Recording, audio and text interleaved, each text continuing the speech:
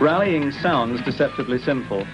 To drive a specified distance in a specified time, blasting across the desert sands or bobsledding through an icy mountain pass, the rally driver is engaged in one of the most competitive sports ever devised. It is not the other competitors that rivet the driver's attention. It is the invisible, relentless challenge of time.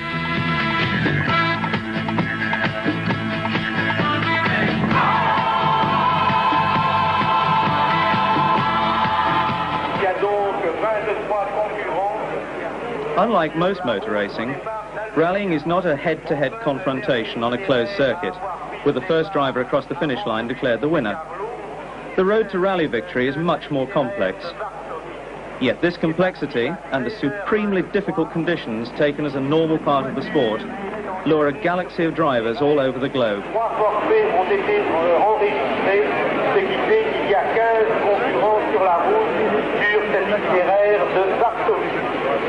Dans quelques minutes, à 17h29 très exactement, nous assisterons au départ du concurrent de Monte Carlo. Ce départ leur sera donné par... Drivers might compete in the Arctic wastes of Scandinavia one week and across a baked African belt the next.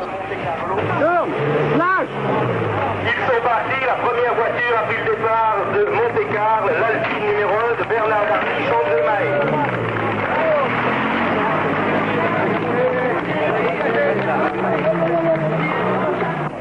Day or night, the rally drivers press on to the limit of their abilities, crossing countries and continents, competing over thousands of miles in a few days.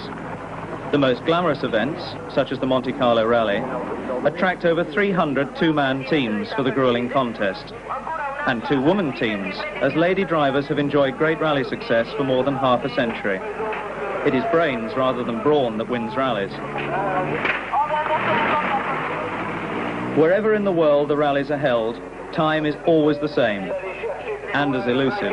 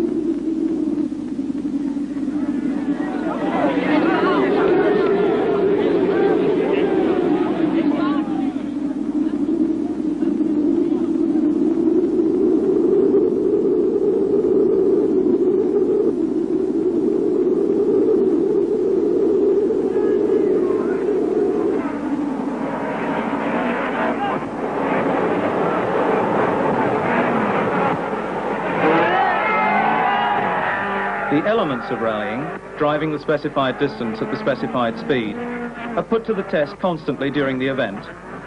Scores of controls along the route determine whether the driver is arriving at the exact time, neither a minute early nor a minute late. Penalties are assessed for missing the recommended arrival and are added to the team's total elapsed time.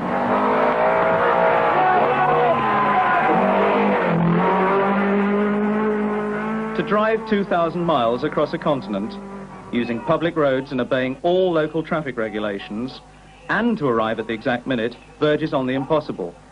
But that is what rallying is all about. Eh bien, vous avez encore toute l'après-midi, les premières voitures, tout l'après-midi, pour venir à Jotto chercher des connexions.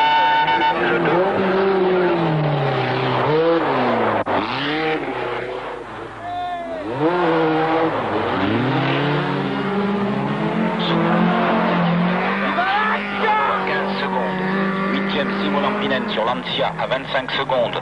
9e Sandro Munari sur Lancia.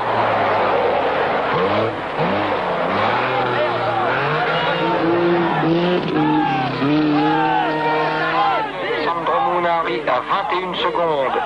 3e Jean-Claude Andruet à 26 secondes. 4e...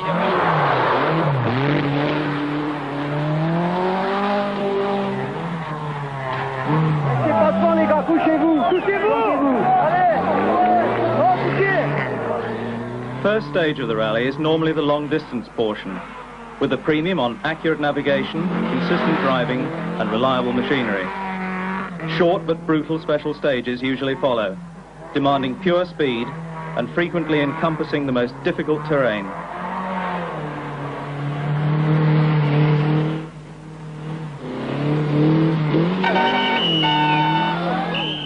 While the special stages embrace the roughest going, they also often afford the most spectacular scenery. One of the strong spectator appeals of rallying is the remote and rugged country required for a true test of cars and drivers.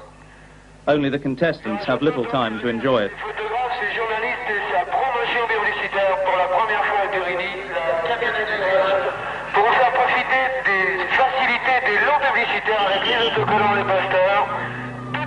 As drivers hurtle through snow or mud-clogged curves, their co-drivers call out a description of the road ahead and possible unseen hazards from a set of pace notes. Every effort is made to keep the pace notes as current as possible, but conditions tend to change so quickly that a rally is always an exercise in improvisation.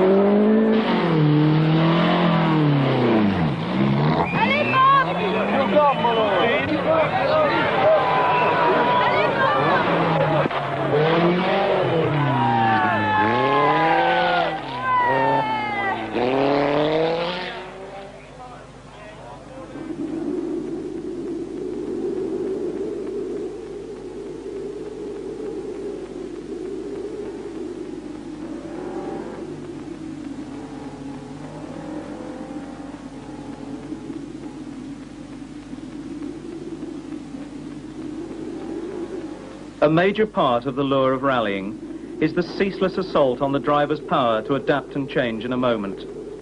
It is not a sport for the inflexible, nor for those who cherish regular hot meals and a full night's sleep.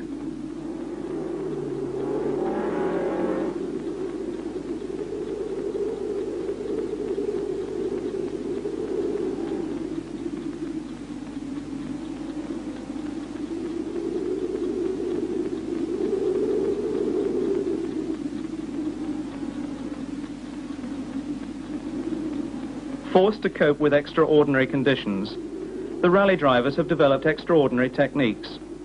To retain speed and control on a glazed mountain road, this driver is tramping on his brakes and accelerator at the same time, using both to wrench his car through the slithery course. It is not a technique mentioned in the owner's manual.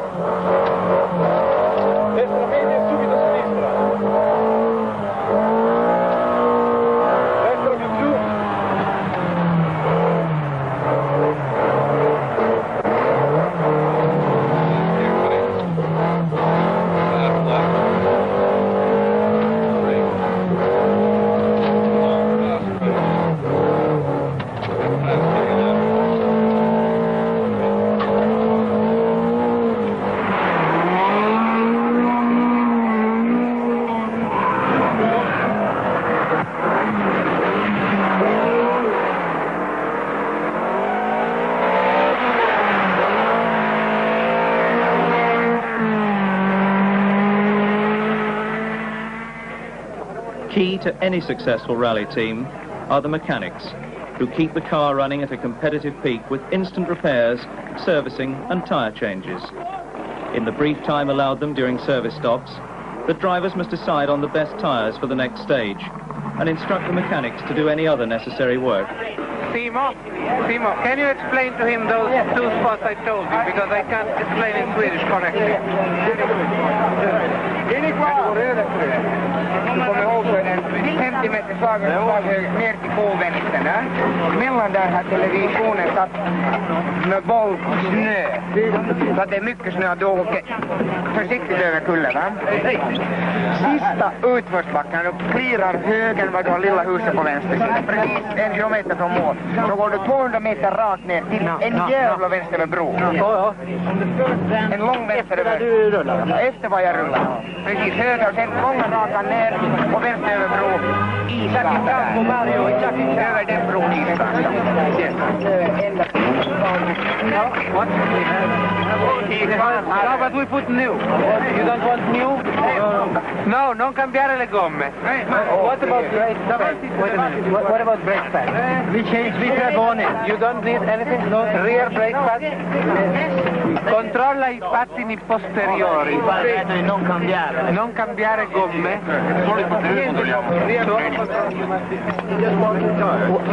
Why don't you want new tires in front?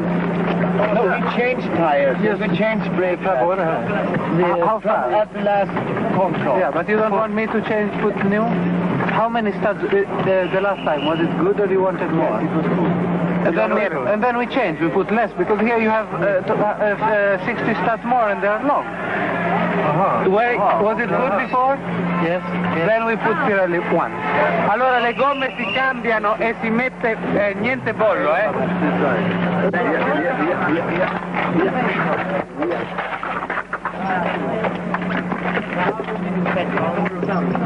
How much?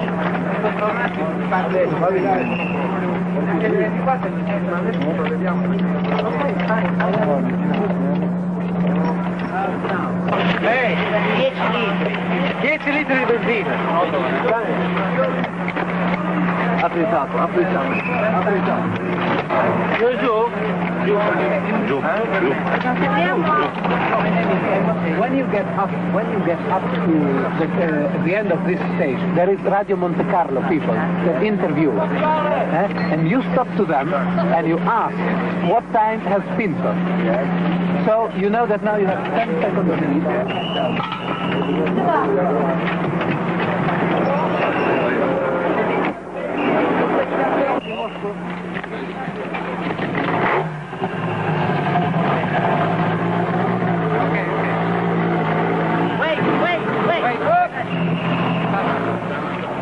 The car must be refueled, serviced and sent on its way, frequently in a matter of seconds. A minute lost in 6 days of rallying could make the difference between victory and second place.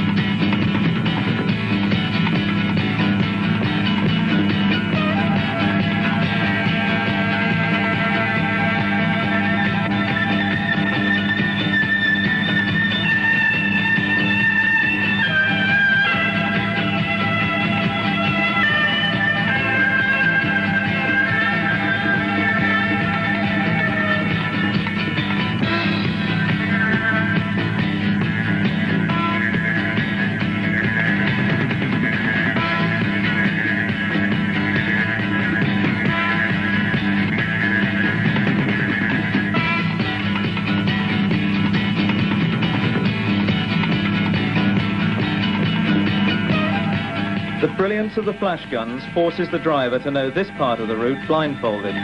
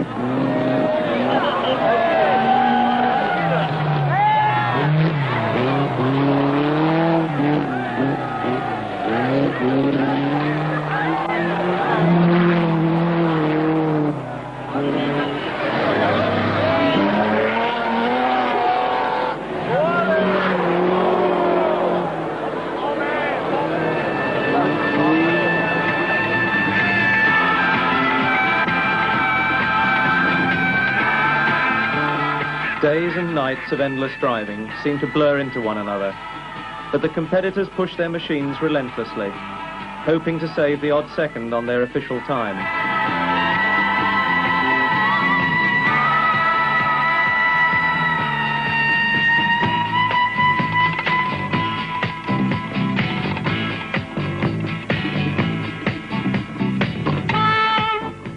The week-long rally approaches its weary end. In this case, with the slow descent from the Alps to the Mediterranean jewel of Monaco.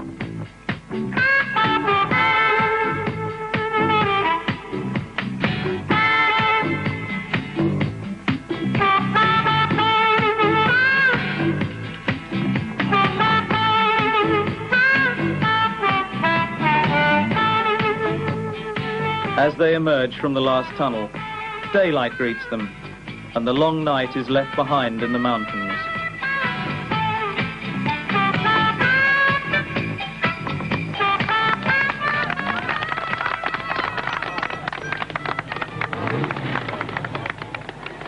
One more checkpoint, then the finish line.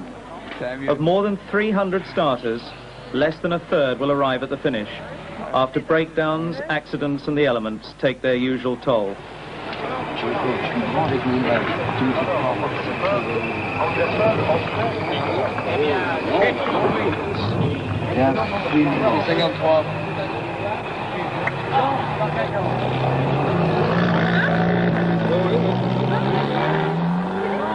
The final dash from the mountains to the sea has been described by one driver as akin to a long night of struggling through the Siberian forests, and then to emerge directly into a lighted, crowded stadium. The sun reflected off the harbour at Monte Carlo is a welcome end to the journey, but a winning time is an even more attractive finish.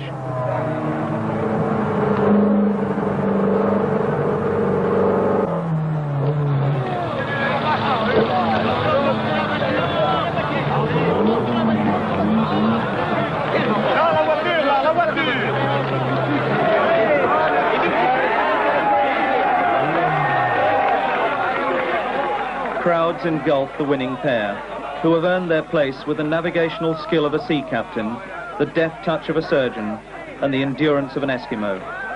And an unseen team of crack mechanics who have kept their tired car in top competitive form.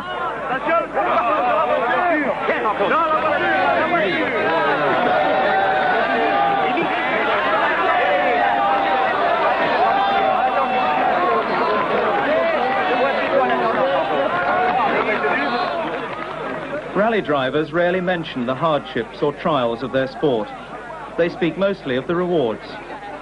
Most important to them is the teamwork of two drivers meeting the challenges and quickly finding the answers. If they have a good rally, they have found the right answers. But whatever the results, they enjoy confronting the problems as a team and of overcoming endless hardship in an attempt at perfection. The perfect time is their aim at the starting line of every rally. Whether they achieve it, only time will tell.